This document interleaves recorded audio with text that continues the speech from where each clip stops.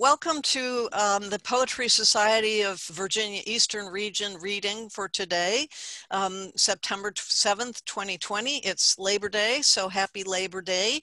And we're delighted to have 14 poets most from the Eastern Virginia region and a couple from other areas. And I'd like to first introduce Luisa Igloria.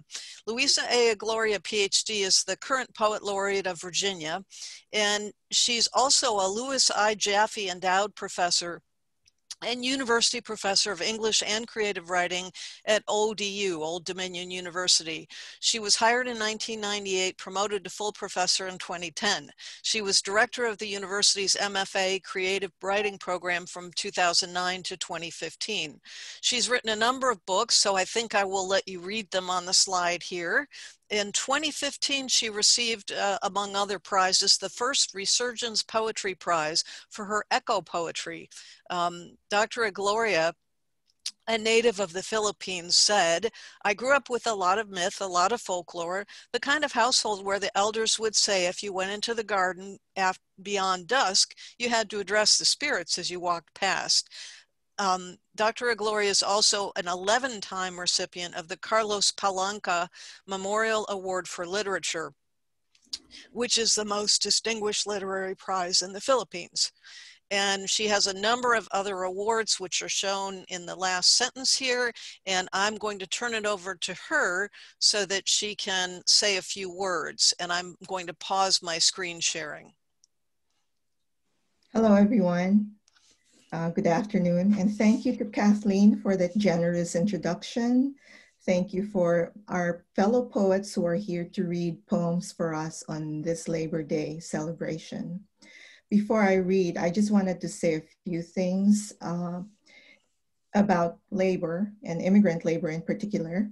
In 2019, there were 28.4 million foreign-born or immigrant workers, making up almost 18% of the entire labor force. In Virginia alone, 1 in 6 workers is an immigrant, making up 17% of the state's labor force in 2018. And they're all in different fields and industries, from the professional, scientific, and technology services to healthcare, construction, food service, entrepreneurship, sales, retail, transportation, you name it.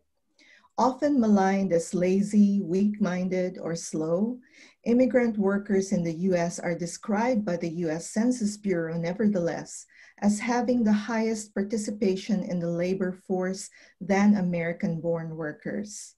So I wanted to also bring you a few words from Filipino-American labor organizer, poet, and novelist Carlos Bulosan, who wrote most of his work during the Depression years in America. And I'd like to quote a few things from an essay entitled Freedom from Want, which was published in the Saturday Evening Post in March of 1943.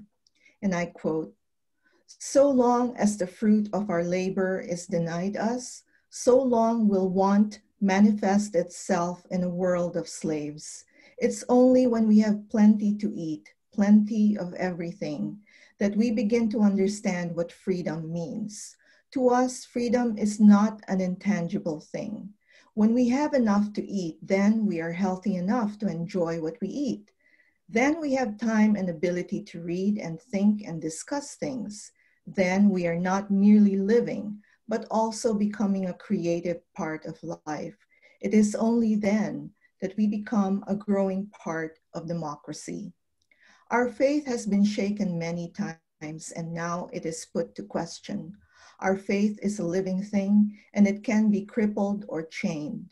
It can be killed by denying us enough food or clothing, by blasting away our personalities and keeping us in constant fear.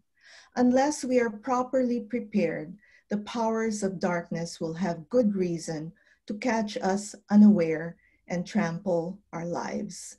And so when I was thinking about Carlos Bulosan's words, I thought they could be penned just as much for our times in these times. So now I'd like to read 2 poems whose focus is immigrant labor and immigrant labor contributions. The first one is called "This Poem is an overseas contract worker. This poem arrived alone, close to midnight, with no traveling companions, with 2 pieces of luggage that rolled across the cobblestones, looking for the address it was given. This poem sat uneasy in the back of the yellow cab, looking out at unfamiliar landmarks wrapped in fog, as the driver remarked offhand, "You're a brave one to be by yourself at this hour." This poem slept on a couch in someone's living room for 3 weeks until they found others like her to room with, until the first check from the hiring agency came, less agency deductibles and expenses. This poem shyly accepted the invitation to a church function. Wives and sisters piled her plate with food, taking her home after. One of the husbands touched her breasts and laughed. This poem stole an hour before her workday began at dawn to write letters to her children back home. But never did she let on how many hours she worked, how meager the meals compared to the blows. And my second poem, which I'm sharing with you today, is from my chapbook, What is Left of Wings, I Ask, which was published by the Center for the Book Arts in New York in 2018. It's called Elegy for Forced Disappearance. Each night, we looked for a slip of milk at the bottom of a cold stone bowl, for signs of a widening chink in the armor of darkness. We lay our heads on wooden pillows. Even in dreams, we went to work in factories with no fire escapes. Though our hunger grew, we tried not to let it show. We peered through the slats of the floor to see how pigs churned up the mud from habit, how the slop they were fed was always wanting. When they came for the line order cooks and the busboys, for dishwashers and drivers without papers, we despaired about stories we'd heard of finding one way in and back. We who'd kept our clean laundry in boxes under the sink, our few letters from home tied with string in a sock.